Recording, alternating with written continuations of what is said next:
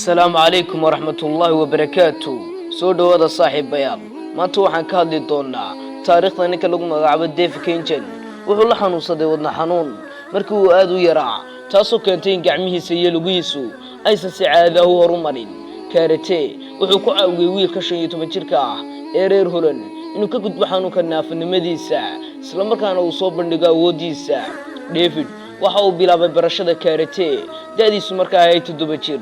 ديف كينجن وحوش على سبورتيغا تذلكيس وحاوها إنانو كدالين حرفة كارتيغا بلنجرد رير هولن waxay gaareen heer ay dad badani u maleeyaan waxaan macquul ahayn Jabaaniyiinta ayaa u bogay jacaylka Dheef ee karatega intaas kadib Dheef waxa lagu casuumay inuu ka ciyaaro JK World Karate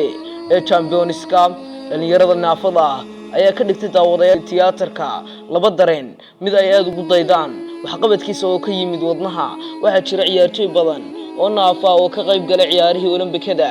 Oscar Pistorius ayaa taariikh sameeyay markii uu noqday qofkii ugu horeeyay ee laba lugood ah ee ka qayb galay ciyaaraha Olimbikada sida cajiibka ah ay tahay orodyahanka Koonfur Afrika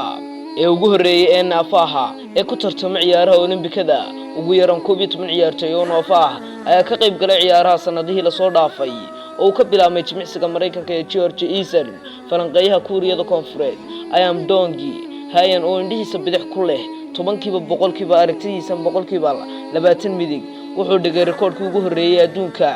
ee ciyaaraha